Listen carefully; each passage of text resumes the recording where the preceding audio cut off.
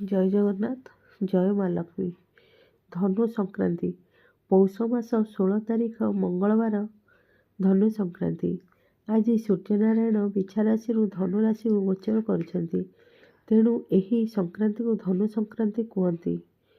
ଏହି ଧନୁ ସଂକ୍ରାନ୍ତିରେ ସୂର୍ଯ୍ୟଦେବଙ୍କୁ ପୂଜା କରି ସୂର୍ଯ୍ୟଦେବଙ୍କ ଆଶୀର୍ବାଦ ନେଲେ ଶରୀର ନିରୋଗ ରୁହେ।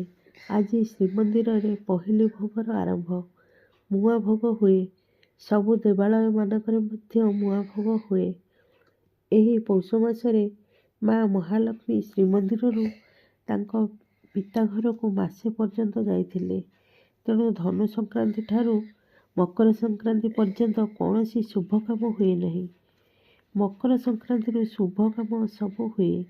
ଏହି ଧନୁ ସଂକ୍ରାନ୍ତିରେ ସକାଳୁ ସ୍ନାନ ସାରି ସୂର୍ଯ୍ୟଦେବଙ୍କୁ ପୂଜା ଅର୍ଚ୍ଚନା କରି ମୁଆଁ ଭୋଗ କରି ଏବଂ ଘରେ ଠାକୁରମାନଙ୍କୁ ମୁଆଁ ଭୋଗ କରି ସେହି ମୁଆଁ ଭୋଗକୁ ଘରେ ସମସ୍ତେ ଖାଆନ୍ତୁ ଏବଂ ସୂର୍ଯ୍ୟଙ୍କ ପୂଜା କରି ସମସ୍ତେ ନିରୋଗ ରୁହନ୍ତୁ।